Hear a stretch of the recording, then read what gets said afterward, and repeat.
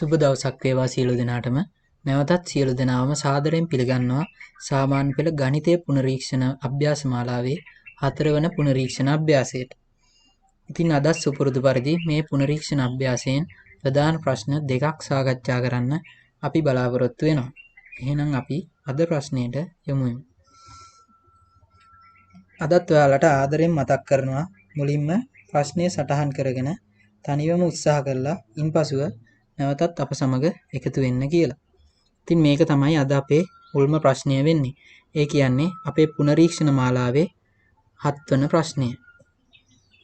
එහෙනම් දැන් අපි ප්‍රශ්නාංක 7 පිළිතුරු සාකච්ඡාවට යමු. ප්‍රශ්නාංක 7 පළවෙනි ප්‍රශ්නේ. ABCD යනු සමාන්තරාශ්‍රයකි x හා y හි අගයන් සොයන්න. ඉතින් මේ ප්‍රශ්නේ අපිට දීලා තිනවා ABCD කියන්නේ සමාන්තරාශ්‍රයක් කියලා. මේ x හා y කියන කෝණයන් දෙකේ අගයන් සොයන්න කියලා. ඉතින් ඕගොල්ලෝ දන්නවා සමාන්තරාශ්‍රයක ලක්ෂණයක් තමයි සම්මුඛ කෝණ සමාන වේ කියන එක. ඉතින් මෙන්න මේ සම්මුඛ කෝණ සමාන වේ කියන ලක්ෂණය භාවිතා කරලා අපිට ලියන්න පුළුවන් DCB කෝණය සහ DAB කියන කෝණ දෙක සමානයි කියලා. මොකද මේ කෝණ දෙක සම්මුඛ කෝණ වෙන නිසා.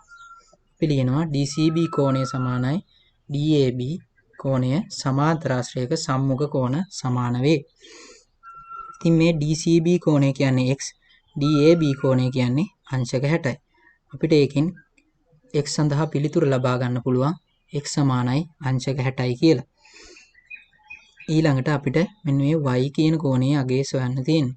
ඉතින් මේ y ගේ අගය හොයනකොට අපි දන්නවා සමාන්තර රේඛා දෙකක් හරහා යන තවත් රේඛාවකින් සෑදෙන මිත්‍ර කෝණ යුගලවල ඓක්‍ය අංශක 180යි කියලා.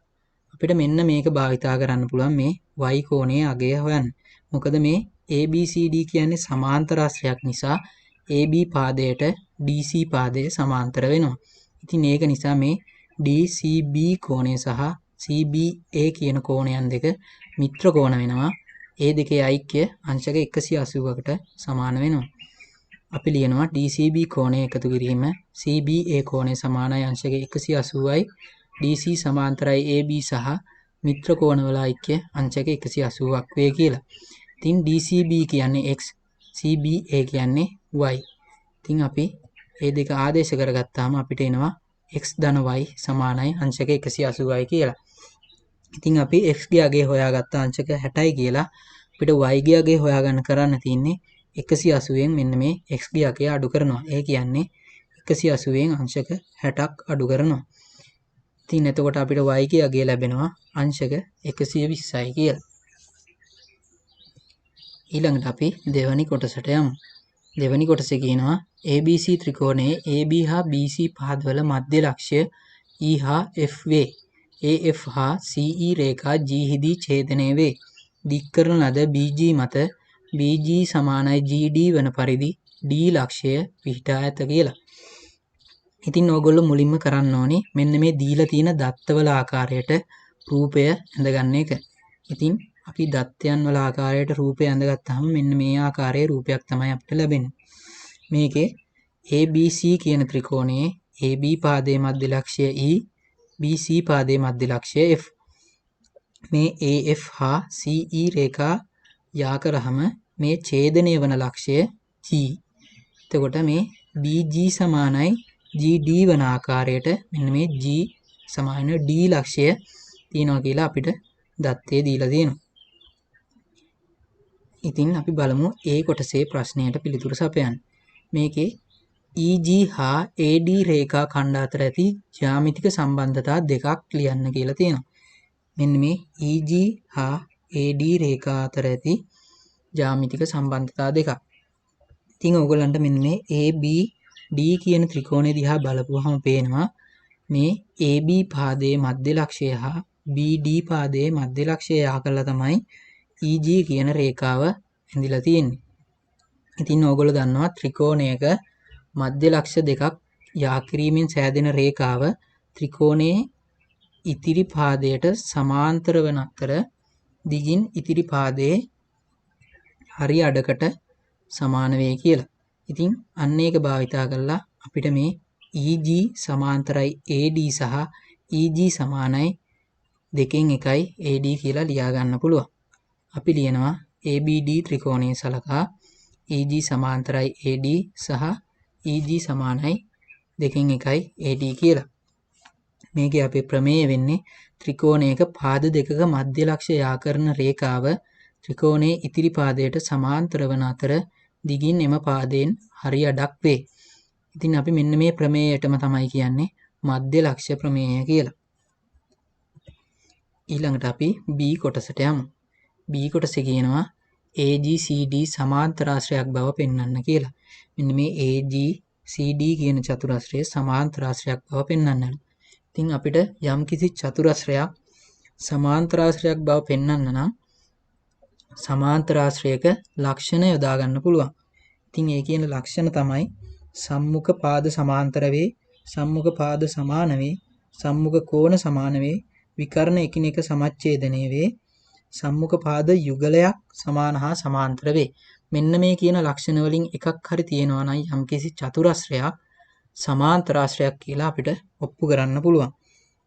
ඉතින් අපි බලමු මේ AGCD කියන චතුරස්‍රය සමාන්තරාශ්‍රයක් කියලා ඔප්පු කරන්නේ කොහොමද කියලා. ඉතින් අපි ඒ කොටසදී හොයාගත්තා මෙන්න මේ EG කියන පාදය AD පාදයට සමාන්තරයි කියලා.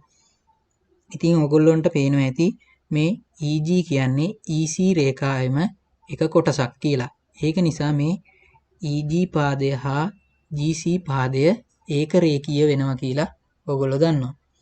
ඉතින්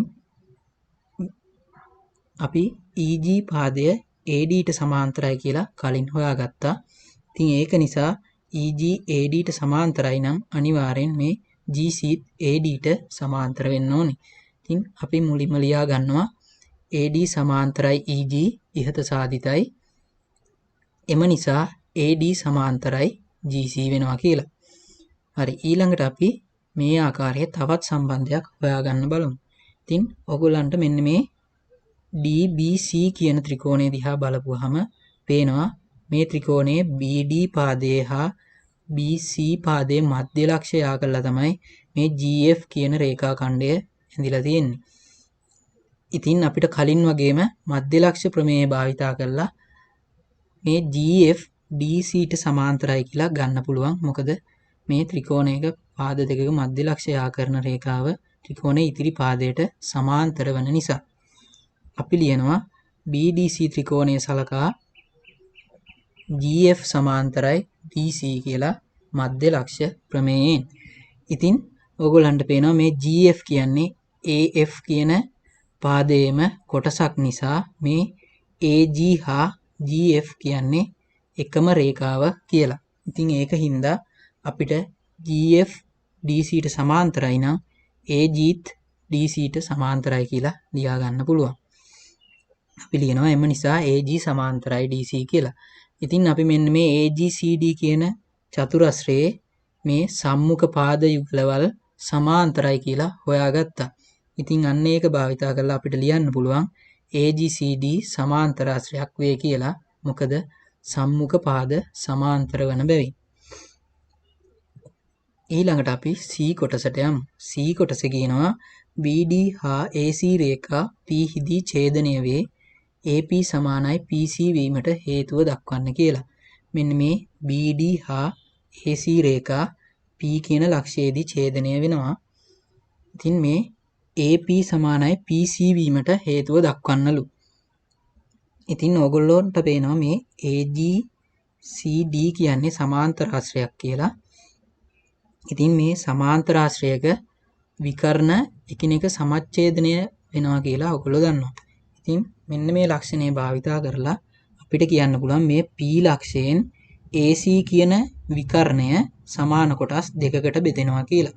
මොකද සමාන්තරාශ්‍රයක මේ විකර්ණ ඡේදනය වන ලක්ෂයෙන් එම විකර්ණ දෙක සමාන කොටස් දෙකකට බෙදෙන හින්දා. ඉතින් අපිට ඉන්නේ ලක්ෂණය භාවිතා කරලා ලියන්න පුළුවන් AP සමානයි PC කියලා. අපි ලියනවා AGCD සමාන්තරාශ්‍රයකි. එම නිසා AP සමානයි PC කියලා. සමාන්තරාශ්‍රයක විකර්ණ එකිනෙක සමච්ඡේදනය වේ. ඊළඟට අපි D කොටසට යමු. D කොටසේ කියනවා BP සමානයි 4න් 3යි BD බව පෙන්වන්න කියලා. මෙන්න මේ BP කියන කොටස සමානයි BD පාදය වගේ 4න් 3ක් කියලා පෙන්වන්න කියලා අපිට කියනවා. ඉතින් මේකෙදි අපි කරන්න ඕනි මෙන්න මේ BD පාදය BP පාදය ඇසුරින් ලියා ගන්න එක. ඉතින් ඒකට අපිට මුලින්ම මෙන්න මේ BD පාදය දිහා බලපුවාම ඔයගලන්ට පේනවා G කියන්නේ BD පාදයේ මධ්‍ය ලක්ෂය කියලා. G මධ්‍ය ලක්ෂය වන හින්දා අපිට BD පාදය ලියන්න පුළුවන් 2යි GD කියලා. මොකද මේ G ලක්ෂයෙන් BD පාදය සමාන කොටස් දෙකකට බෙදෙන නිසා. අපි ලියනවා BD සමානයි 2යි GD G මධ්‍ය ලක්ෂය වන බැවින්. ඉතින් ඒ වගේම තමයි අපි දන්නවා මේ AGCD කියන්නේ සමාන්තරාශ්‍රයක් කියලා සහ මේ GD කියන්නේ සමාන්තරාශ්‍රයේ විකර්ණයක් කියලා. ඉතින් මේ සමාන්තරාශ්‍රයක විකර්ණ එකිනෙක සමච්ඡේදනය වන නිසා අපිට කියන්න පුළුවන් මේ GD කියන රේඛාව P ලක්ෂයෙන් සමාන කොටස් දෙකකට බෙදෙනවා කියලා. ඉතින් ඒක නිසා අපිට GD වෙනුවට ලියන්න පුළුවන් දෙවාරයක් PD කියලා. මෙන්න මේ PD කොටස වගේ දෙගුණයක් කියලා අපි ලියනවා. GD සමානයි 2යි PD විකර්ණ සමච්ඡේදනය වන බැවින් P මධ්‍ය ලක්ෂය වේ. P මධ්‍ය ලක්ෂය බැවින් අපිට මේ ආකාරයට ලියා ගන්න පුළුවන්. ඉතින් මෙන්න මේකේ අපි BD සමානයි 2යි GD කියලා හොයාගෙන තිනවා. GD සමානයි 2යි PD කියලා හොයාගෙන තිනවා. ඉතින් මෙන්න මෙතන GD වෙනුවට අපි මේ දෙවණියට හොයාගත්ත 2යි PD කියන එක ආදේශ කරපුවාම අපිට BD පාදය PD ඇසුරින් ලියා ගන්න පුළුවන්. අපි ලියනවා BD සමානයි දෙවාරයක් මෙන්න මෙතන GD වෙනුවට අපි දානවා 2යි PD කියලා. එතකොට දෙවරක් 2 4යි PD කියලා අපිට එනවා. එතකොට BD කියන්නේ PD පාදයේ වගේ 4 ගුණයක් කියලා අපිට ලැබෙනවා. ඒත් එක්කම අපිට ලියා ගන්න පුළුවන් මේ 4 වම් පැත්තට යවලා BD බෙදීම 4. එහෙම නැත්නම් 4න් 1යි BD සමානයි PD කියලා. ඒ කියන්නේ මෙන්න මේ PD පාදය කියන්නේ මේ BD පාදය වගේ 4න් 1. ඊළඟට අපි බලනවා මෙන්න මේ BP කියන පාදය PD ඇසුරින් ලියා ගන්න. ඉතින් අපි ඒකට මුලින්ම අපි BP පාදේ ලියා ගන්න පුළුවන් BD අඩු කිරීම PD කියලා.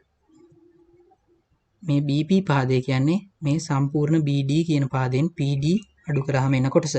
ඉතින් අපි මෙතන BD කියන එක වෙනුවට අපි හොයාගෙන තිනවා BD සමානයි 4යි PD කියලා. අපිට ඉතින් මේක මෙන්න මේ BD කියන කොටසට ආදේශ කරන්න පුළුවන්. එතකොට අපිට BP කියන එක ලියා ගන්න පුළුවන් BP සමානයි 4යි PD ඍණ PD කියලා. එතකොට අපිට ලැබෙනවා පිළිතුර BP සමානයි 3යි PD කියලා. මේ BP කියන්නේ PD වාරයක් 3 ගුණයක් කියලා අපිට ලැබෙනවා. ඉතින් අපි මෙන්න මේ PD වෙනුවට අගය හොයාගෙන තිනවා BD රේඛාව ආශ්‍රයෙන් 4න් 1යි BD කියලා. ඉතින් අපිට ඕනේ මේ BP සහ BD අතර සම්බන්ධයක් ගන්න. ඉතින් ඒක නිසා අපි මෙතන PD වෙනුවට අපි මෙතනින් BD ඇසුරින් හොයාගත්ත අගය ආදේශ කරගන්නවා. එතකොට අපිට BP සමානයි 3 වාරයක් PD කියන්නේ 4න් 1යි BD. ඒක මෙතනට ආදේශ කරගන්නවා. ඉතින් මේක සුළු කරාම අපිට ලැබෙනවා BP සමානයි 3 බෙදීම 4යි BD කියලා. ඉතින් ප්‍රශ්න අංක 7 පිළිතුරු මෙතනින් නිමා වෙනවා. හරි, එහෙනම් ඒ සමගම අපේ පුනරීක්ෂණ අභ්‍යාස 4 මෙතනින් නිමා වෙනවා. අප සමග රැඳී සිටි ඔයාලා සියලු දෙනාටම ගොඩක් ස්තුතියි. නැවතත් පුනරීක්ෂණ 5 සමගින් හමු වෙමු.